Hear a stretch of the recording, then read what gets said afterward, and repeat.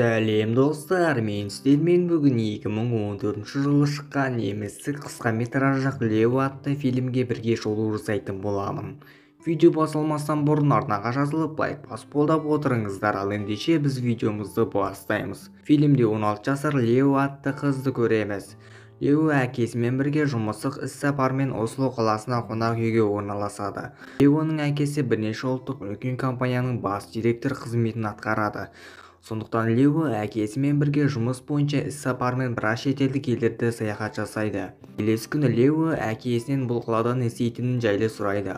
Ал әкесі Леоға бұл қалада маңызды бизнес келісімшартқа келгендігін және бүгін сол маңызды келісімшартқа қол қоятындығын, әкесі Леоға тағы да келісімшартқа ие болса оның компаниясының табысты болатындығын ескертеді. Лео осыдан кейін әкесімен бірге кешкі іскерлік кездесуге барғысы келетін.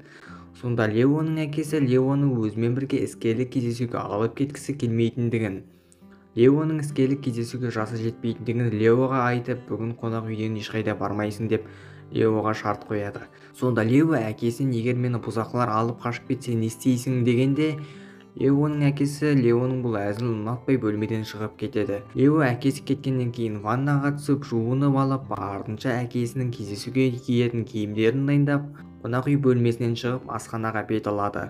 Сонда Леоның әкесі қатал болатын, себебі Леоға бөлмеден шықпауын бұйырады. Ал Лео болса әкесінің айтқанын тыңдамай бөлмеден шығып кетіп, өзімен бірге бірнеше бөтелкеге су алып, бөлмесіне оралу үшін лифтке көтеріледі. Сол сәтте лифтте Леоның қасына орта жастағы бір еркек мініп, Леоға лифт батырмасын басуын өтінеді. Лео сол кезде өте әдемі тартымды қыз болатын, және Лео сол лифтте сағыз шайнап тұрған болатын. Осыдан кейін лифтте Леоға жаңағы орта жастағы еркек бір жағынан телефонмен сөйлесіп, бір жағынан Леодан көзін алмай оған тамсанып қараған болатын. Солайша арада бірнеше минуттан соң жаңағы еркек лифттен шығып, артынша сол еркек лифтте тұрған Леоға қараған сәтте лифттің есігі жабылып, Лео жоғарыға көтеріліп кетеді. Лео осыдан кейін қонақ үй бөлмеге оралған сәтте, оны бөлмеде әкесі қарсы алып, осы жағдайдан кейін Леоға қатты айқайлап тастайды. Себебі Лео әкесінің айтқанын тыңдамаған болатын. Лео осыдан кейін әкесінен кешірім сұрап, артынша әкесі Леоны жұбатып, Леоға әкесі отбасында Леодан басқа қымбат адам жоқтығын айтады. Лео осыдан кейін әкесінің сөзіне мұңайып қалады. Әкесі осы жағдайдан кейін Леоға кешке өзімен бірге бизнес кездесуге алып кететіндігін айтып, Леоға сен іскер әйелдерге ұқсайсың деп оған комплимент жасайды. Осыдан кейін Лео мен әкесі кешкісін бизнес кездесуге келіп, Леоның әкесі келісімшарт жасасатын компанияның менеджерімен таныстырады. Лео осыдан кейін ол компанияның менеджерін лифтте кездестіргенін есіне түсіреді. Айтпақшы, ол менеджердің есімі Кристиан болатын. Осыдан кейін Леоның әкесі мен Кристиан оңашаға барып сөз таластырады. Бұны Лео да байқап, әкесінің Кристианмен бір нәрсеге келісіп жатқанын көреді. Осыдан кейін әкесі Леоның қасына көңілсіз оралып, әкесі Леоға біз бұл келісімшартқа қол қойсақ, біздің компанияға керемет болар еді дейді. Сонда Лео да әкесіне қолынан келгенше көмектескісі келетінін айтады. Лео әкесінің көңілсіздігінен кейін сыртқа жалғыз өзі шығып кетеді. Лео артынша далада Кристианды кездестіріп қалады. Сонда Кристиан бұл Осло қаласы саған ұнай ма дейді. Сонда Лео бұл қаладан алып бара жатқан ерекшелікті көрмедім деп жауап береді. Сонда Кристиан Леоға бұл Осло қаласы Копенгаген қаласынан жақсы қала дейді. Сонда Лео Кристианның айтқан бұл жауабына күлімсіреп, мен Копенгагенде болып көрмедім дейді. Кристиан осыдан кейін Леоға өзінің мойнындағы шарфын беріп, мұнда жылы киінбесең ауырып қаласың дейді. Осыдан кейін Леодан шарфты алып Кристианға үндемейді. Ал Кристиан болса Леоға қайда тұрып жатырсың деп сұрақ қояды. Сонда Лео ол бір қалада ұзақ тұрмайтынын және Лео әкесімен бірге бірнеше жылдан бері бірнеше қалада бизнес бойынша іс-сапарда жүргендігін айтады. Сонда Кристиан Леоға мен сенің әкеңмен бірге келісімшартқа отырғым келеді. Себебі сенің әкең бұл жерде маңызды адамдардың бірі дейді. Сонда Лео Кристианға шарфын қайтып беріп, Лео өзі артынша қонақ үйге кіріп кетеді. Осыдан кейін екі компанияның басшылары дастархан басында өздерінің жасап жатқан жобаларын айтып жатады. Сол сәтте Леоның әкесі Кристианға келісімшартқа келістіру үшін оған компания жайлы әңгімелер айтып жатады. Бірақ Кристианға Леоның әкесінің айтып жатқан әңгімелері маңызды емес еді. Себебі Кристианның бар назары қасында отырған Леоға ауған болатын. Арада бірнеше минуттан соң Кристиан Леоның санын аймалай бастайды.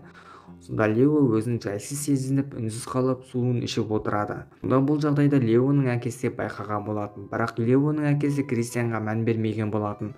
Сонда Лео сол жерде әкесіне шок болып, неге әкем маған араша түспеді деген ойда қалады. Осыдан кейін Лео мен әкесі қонақ үйден сыртқа шыққан сәтінде Лео әкесіне Кристианның біртүрлі адам екендігін, кешкі ас барысында Лео өзіне Кристианның тиіскендігін айтады. Сонда Леоның әкесі Леоға оған мән берме, бизнесмендердің барлығы сондай деп жауап береді. Артынша Леоның әкесі Леоны өзімен бірге клубқа сауық кешке алып кетеді. Лео сол сәтте әкесіне мен бөлмеме бара берейін деген сәтте оған әкесі қарсы болып, Леоны бәрібір өзімен бірге клубқа ертіп алып кетеді. Осыдан кейін клубта барлығы ішімдік ішіп көңіл көтеріп жатады. Ал Кристиан болса Леоны биге шақырып, артынша Лео Кристианмен бірге билейді. Сонда Лео әкесіне қарап, әкесін өзімен бірге билеуге шақырады. Сонда Леоның әкесі оған қалағаныңша рахаттана билей бер дейді. Сонда Лео әкесіне тағы да таңғалады, себебі әкесі Леоға бұрын-соңды бұндай бостандық бермеген болатын. Осыдан кейін Кристиан Леоның басқа жаққа алып кетіп, Кристиан Леоға одан сайын жақындай түседі. Сонда Лео тағы да әкесіне қарайды, ал әкесі болса клубта басқа әйелдермен көңіл көтеріп тұрған болатын. Сонда артынша Леоның әкесі Леоға сырттай қарап клубтан шығып кетеді. Бұл сәтте Кристиан Леоны ақырындап сүйіп аймалай бастайды. Сонда Лео әкесінің әдейі Кристианмен жақындасса екен деп жоспарлағанын біледі. Осы жағдайдан кейін Кристиан Леоны оңаша бір бөлмеге алып келеді. Сонда Кристиан Леоға ішімдік ұсынып, ал Лео болса бұл ішімдіктен тартып жібереді. Осыдан кейін Лео терезенің алдына барып тұрады. Сол сәтте Кристиан Леоның артына келіп, оның мойнынан сүйіп, артынша Кристиан мен Лео төсекте жақындасып, қалағандарын жасап рахаттанады. Осылайша арада бірнеше сағат өткен соң Кристиан бөлмеден шығып, Леоны оңаша тастап кетеді. Сонда Лео іштей шок болып, Кристиан маған неге ештеңе демей үнсіз кетіп қалды дейді. Осыдан кейін Лео клубқа қайта оралып, әкесі мен Кристианның бірге қуанышты сөйлесіп тұрғанын көреді. Сонда Лео тағы да таңғалады, себебі Лео осыдан бірнеше сағат бұрын Кристиан мен әкесінің сөз таластырып тұрғанын көрген болатын. Сонда бұл жағдайда Леоның әкесі Леоны келісімшарт үшін Кристианға төсектес болу үшін ұсынған болатын. Лео бұл жағдайда артынша біліп, Лео әкесінің қасына келген сәтте әкесі әріптестерімен бірге келісімшартты сәтті аяқтаған үшін ішімдіктен ішіп отырады. Сонда әкесі Леоның құлағына сыбырлап, біз келісімшартқа қол қойдық дейді. Сонда Лео Кристианға қараған сәтте Кристиан Леоға егін ұрсап теріс қарап тұрады. Сонда Лео әкесіне, әке, бұл тамаша келісімшарт болды, мен саған ризамын, себебі сен мені келісімшарт үшін пайдаландың дейді.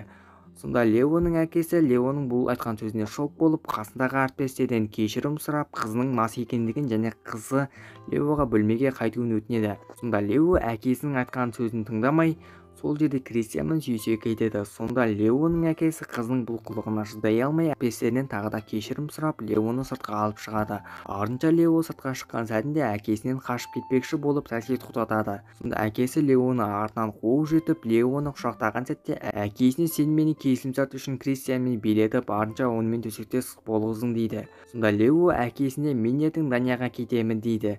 Сонда әкесі Леоға, сен менің жалғызымсың деген сәтінде Леоның көңілі босап, Лео артынша таксиге отырып өзінің әкесінің қасынан кетіп қалады.